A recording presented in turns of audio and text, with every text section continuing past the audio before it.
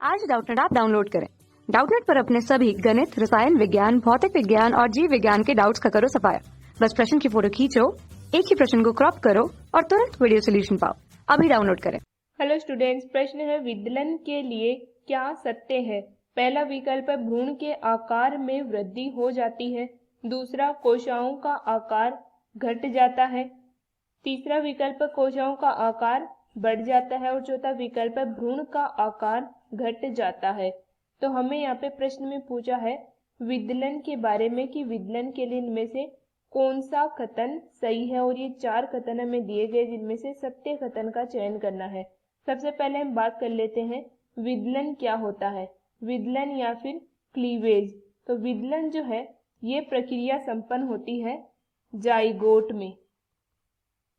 Zygote या युग्मनज में ये प्रक्रिया संपन्न होती है। अब बात आती है जाइगोट क्या होता है। तो जाइगोट जो है, जैसे हम बात करें यहाँ पे मानव के बारे में, तो मानव में नर युग्मक होता है। मानव में शुक्राणु और उसके साथ साथ मादा युग्मक, नर युग्मक और मादा युग्मक जो होता है अंडाणु। मादा युग्मक मानव में होता है अंडाणु।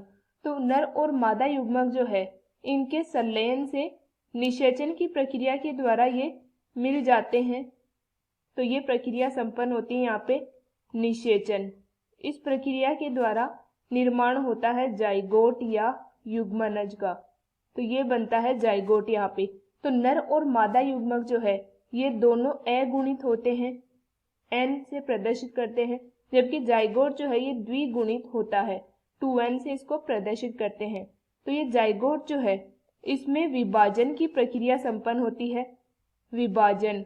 और ये विभाजन कौन से होते हैं, तो इनमें जाइगोट में जो विभाजन होते हैं उनको हम बोलते हैं विदलन या फिर क्लीवेज। तो विदलन की क्या विशेषता होती है, निषेचन के द्वारा जो युग्मनज बनता है उसमें समसूत्री विभाजन होते हैं। समसूत्री विभाजन का मतलब है गुणसूत्रों की संख्या जो है वो कोशिकाओं में समान रहती है। तो जो जीव बनेगा उसमें 2n ही कंडीशन पाई जाएगी, द्विगुणित जीव बनेगा। तो ये समसूत्री विभाजन जाइगोट में होते हैं, इनको हम बोलते हैं विदलन। तो इस समसूत्री विभाजन की प्रक्रिया के द्वारा क्या होता, छोटे ब्लास्टोमियर्स बनते हैं। ब्लास्टोमियर्स का निर्माण होता है विदलन की प्रक्रिया में जब समसूत्री विभाजन होता है उसके द्वारा। तो कोशिका विभाजन के दौरान कोशिकाओं का आकार जो है वो कम हो जाता है।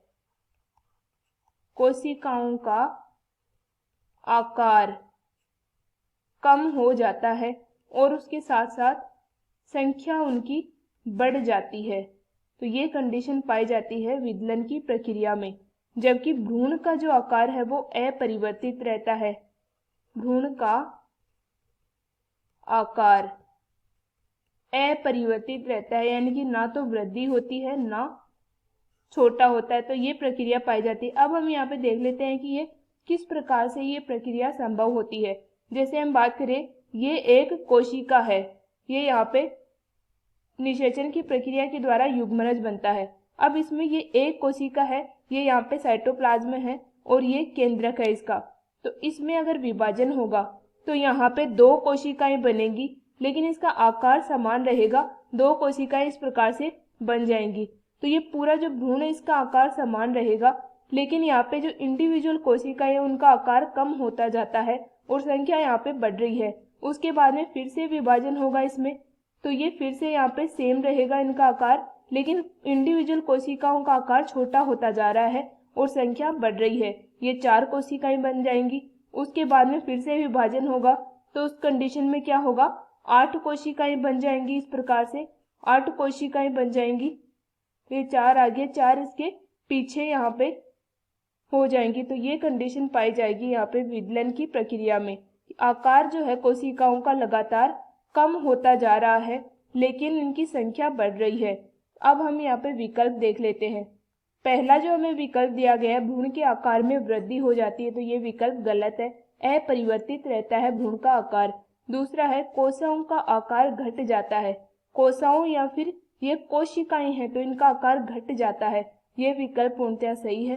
तीसरा है कोशिकाओं का आकार बढ़ जाता है, तो ये गलत है, आकार कम होता है। चौथा है भ्रूण का आकार घट जाता है, तो ये भी गलत है। इस प्रकार से यहाँ पे हमारा सही उत्तर आएगा विकल्प नंबर 2।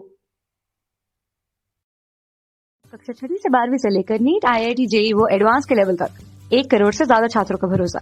आज ही डाउनलोड करें डाउटनेट ऐप या व्हाट्सएप करें अपने सारे डाउट्स 8400 400 400 पर।